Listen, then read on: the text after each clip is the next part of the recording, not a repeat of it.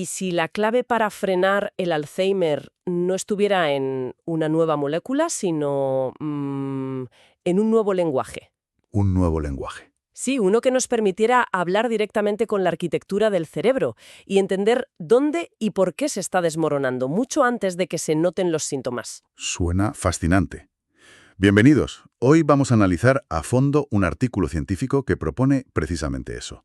Una inteligencia artificial que actúa como traductora entre las complejas imágenes cerebrales y un mapa de diagnóstico preciso. El artículo en cuestión es el Brain Diffuser, an End-to-End Brain Image-to-Brain Network Pipeline. Ese es. Y nuestra misión será desgranar si esta tecnología es realmente el salto adelante que promete o, bueno, una sofisticación más en un campo que ya está lleno de promesas. Es una misión, muy necesaria, porque el problema que intenta resolver es, yo diría, la piedra angular de la neurociencia moderna. ¿A qué te refieres exactamente? Pues a cómo pasar de una fotografía estática del cerebro, por muy detallada que sea, a un mapa dinámico de sus conexiones. Los métodos que tenemos ahora son casi artesanales. Artesanales, me gusta la palabra. Sí, porque son lentos, complejos y sobre todo muy subjetivos. Este artículo lo que pone sobre la mesa es una posible industrialización de ese proceso. Un sistema que promete objetividad, precisión. Veremos si la promesa se sostiene bajo el microscopio. Entendido. Entonces, el punto de partida de todo esto es una imagen del cerebro, una resonancia magnética por tensor de difusión, una DTI. Correcto. Pero el artículo insiste en que una simple foto, por muy detallada que sea, no es suficiente. Hablan de la necesidad de crear una red cerebral. ¿A qué se refieren con eso? Pues es la distinción fundamental. A ver, imaginemos el cerebro no como una masa de tejido, sino como un mapa de ciudades interconectadas por una red enorme de autopistas. Vale, ¿una analogía urbana? Exacto. Las ciudades son lo que los neurólogos llaman regiones de interés, o ROIs, zonas con funciones específicas. El hipocampo para la memoria, el lóbulo frontal para la planificación, etc. Y las autopistas serían las conexiones. Justo, las conexiones físicas de materia blanca que las unen. Una red cerebral es, literalmente, ese mapa de carreteras. Y el estudio se centra en la conectividad estructural, que vendría a ser como medir el número de carriles y la calidad del asfalto, de esas autopistas. Me gusta mucho la analogía. No se trata solo de ver las ciudades en un mapa desde un satélite, sino de entender cómo fluye el tráfico, dónde están los puentes caídos o los atascos crónicos. Precisamente. Y justo sobre cómo se dibujan esos mapas, el artículo es muy, muy duro con las herramientas actuales. Menciona una que se llama Panda. Sí. Y la acusa de ser lenta, subjetiva y de requerir un procesamiento manual intensivo. Vamos, que suena que el propio cartógrafo puede alterar el mapa. Es una crítica demoledora, pero muy acertada. Usar una herramienta como Panda es como montar un mueble de diseño increíblemente complejo con un manual de instrucciones ambiguo. Ya veo por dónde vas. El investigador tiene que tomar docenas de pequeñas decisiones. Con qué intensidad suavizo la imagen original, qué umbral utilizo para decidir si una conexión es real o es simplemente ruido estadístico. Y cada una de estas decisiones, por pequeña que sea, altera el mapa final. Un momento, eso significa que los resultados podrían no ser reproducibles. Exacto. Y si los resultados no son reproducibles, La ciencia no es fiable. Un estudio hecho en un laboratorio de Macao podría obtener un mapa ligeramente distinto al de otro en Shenzhen, partiendo de la misma imagen cerebral. Eso es un problema fundamental. precisamente, introduce lo que se llama un sesgo del investigador, que contamina los datos desde el origen. Por eso, el concepto clave que introduce este artículo es el de un sistema de principio a fin, end-to-end. End-to-end. La idea es revolucionaria en su simplicidad. Metes la imagen cerebral en un extremo de la máquina y obtienes el mapa de conectividad y una clasificación diagnóstica en el otro, sin que manos humanas tomen decisiones subjetivas por el camino. Quieren una máquina que fabrique el mueble de forma perfecta y estandarizada, siempre. Esa es la idea. Y esa máquina que proponen tiene un nombre que llama la atención: Brain Diffuser.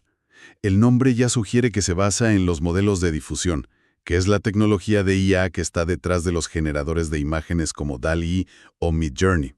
Así es. Ahora bien, esto me genera cierto escepticismo. Aplicar la última moda tecnológica a un problema antiguo es una estrategia muy común para conseguir publicar un artículo, ¿no? ¿No estaremos ante un caso así? ¿Qué aporta realmente la difusión que no hicieran ya otras técnicas como las GANs o las redes de grafos? Es la pregunta que cualquier revisor científico se haría. Y es una duda muy legítima. Sería un simple ejercicio de marketing tecnológico si no fuera por cómo lo implementan.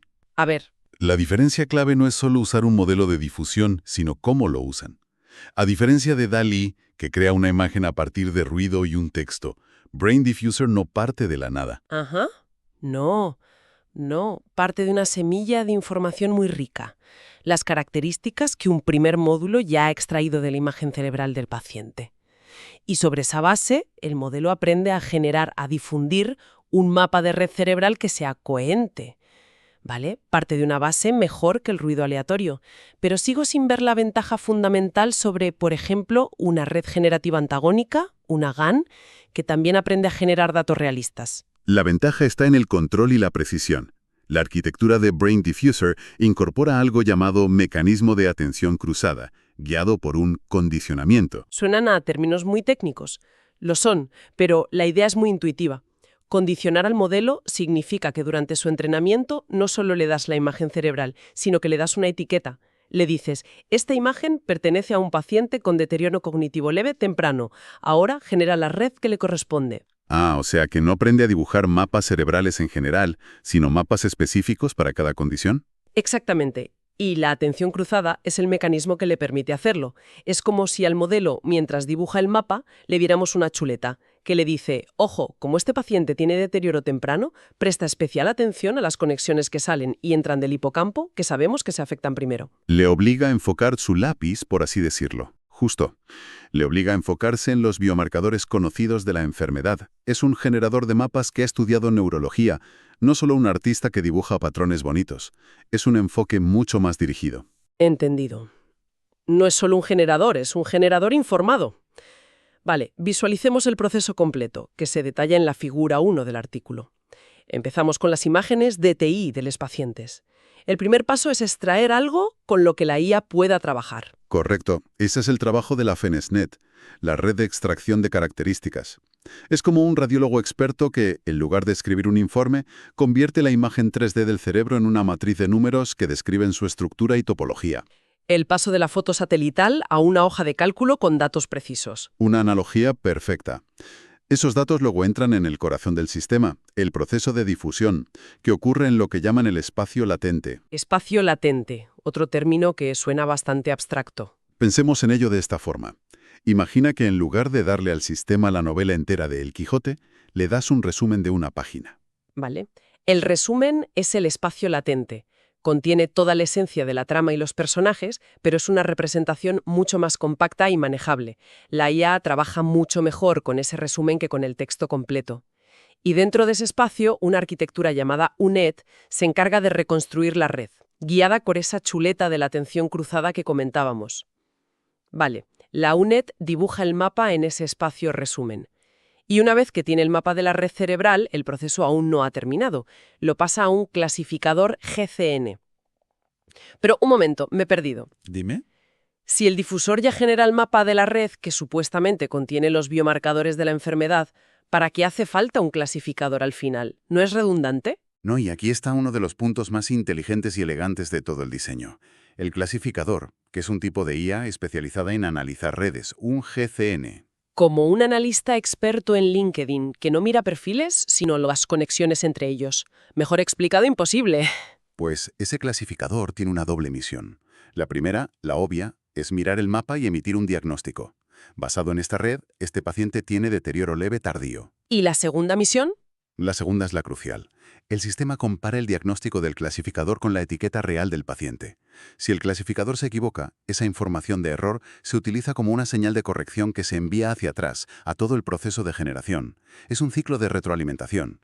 Suena muy ingenioso, casi como si la máquina se estuviera enseñando a sí misma.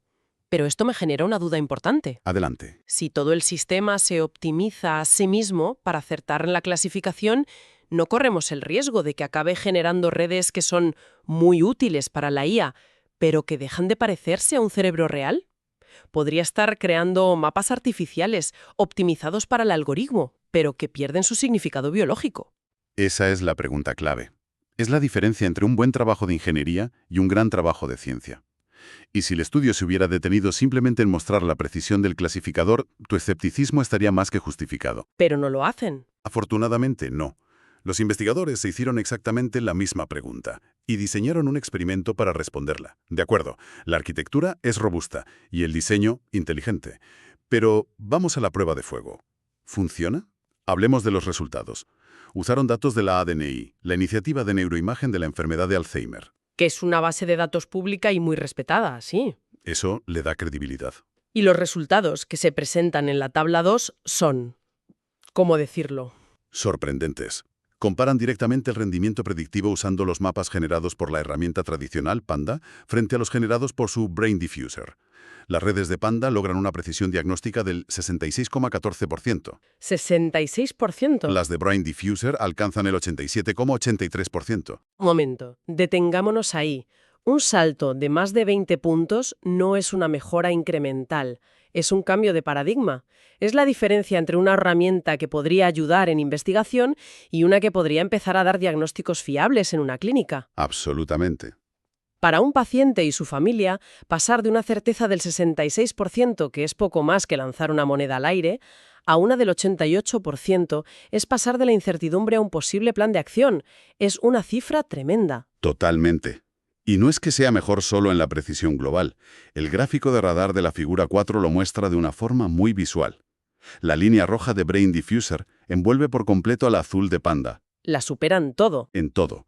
La supera en sensibilidad, que es la capacidad de detectar a los enfermos, en especificidad, la capacidad de identificar a los sanos, y en el F1 score, que es una media de ambas. Es consistentemente superior en todos los frentes. Lo cual nos lleva de vuelta a mi duda anterior. Un 88% de precisión es impresionante, pero ¿cómo sabemos que no es un truco estadístico? ¿Cómo podemos estar seguras de que esos mapas que genera y que tan bien clasifica tienen un correlato biológico real? Ahí es donde entra la segunda parte del análisis, la validación neurocientífica. Los investigadores no se conformaron con el qué, querían entender el por qué. Claro. Para ello, tomaron los mapas de redes generados para cada grupo de pacientes, controles sanos, deterioro temprano y deterioro tardío, y analizaron cómo cambiaban las conexiones entre ellos. ¿Y qué es lo que vieron? Vieron la enfermedad de Alzheimer en acción. Los diagramas de cuerdas de la figura 3, que son una forma muy visual de representar la fuerza de las conexiones, mostraron un patrón inequívoco. ¿Cuál? Lo que vieron confirma lo que décadas de investigación ya nos han dicho. A medida que la enfermedad avanza, desde el estado sano al deterioro temprano y luego al tardío, las conexiones del cerebro se van apagando. Se van desconectando. Eso es. Las autopistas se quedan sin tráfico, se debilitan, se vuelven más finas. Y el modelo fue capaz de dibujar ese apagón progresivo con una claridad asombrosa. O sea que no solo ha aprendido a ser un buen clasificador, ha aprendido la biología subyacente de la enfermedad. Precisamente.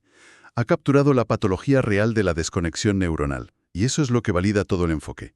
Demuestra que no es una caja negra que acierta por casualidad, sino una herramienta que está modelando el proceso degenerativo. Y eso le da un valor científico incalculable. Desde luego. Esto sí que es un resultado potente. Responde a mi escepticismo. La herramienta no solo es más precisa, sino que es precisa porque entiende mejor la enfermedad. Fascinante. Le da una base sólida a toda la propuesta. Sí. Hagamos entonces un resumen de este análisis. Partíamos de un problema claro.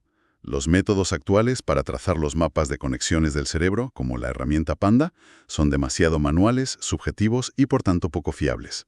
Frente a eso, este estudio propone Brain Diffuser, un sistema de inteligencia artificial que automatiza todo el proceso de principio a fin.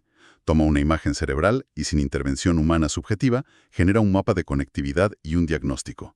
Supone un salto cualitativo, pasando de un 66% a casi un 88% de precisión a la hora de clasificar las distintas etapas del deterioro cognitivo. Pero, y esto es lo que lo convierte en algo más que un simple avance técnico, las redes que genera tienen validez biológica. El modelo ha aprendido a representar el patrón de apagón progresivo de las conexiones cerebrales, que es la firma característica de la progresión del Alzheimer. El artículo concluyó que el siguiente paso es usar esta herramienta para identificar las zonas cero del cerebro, las regiones y conexiones que se degradan antes. Y esto nos deja con una idea final para reflexionar. A ver, Estamos hablando de diagnóstico, pero ¿y si el verdadero potencial de un sistema así fuera otro? Si podemos crear un mapa tan detallado y personalizado de la degeneración cerebral de un individuo, ¿podríamos usarlo no solo para diagnosticar, sino para predecir? ¿predecir qué exactamente? Predecir qué síntomas concretos desarrollará esa persona, si le afectará más a la memoria o al lenguaje. Y quizá, en un futuro, usar ese mismo mapa como guía para aplicar tratamientos de neuroestimulación o terapias génicas de altísima precisión. Dirigidas solo a las autopistas dañadas. Exacto, mucho antes de que el colapso de la red sea irreversible. Ese es el horizonte. Pasar de un diagnóstico general que llega tarde a una neurología predictiva y de precisión. Dejar de ver la foto borrosa de la enfermedad para tener un GPS que nos guíe en su tratamiento. Es, sin duda, la puerta más emocionante que abre esta tecnología. Gracias por acompañarnos en este análisis a fondo.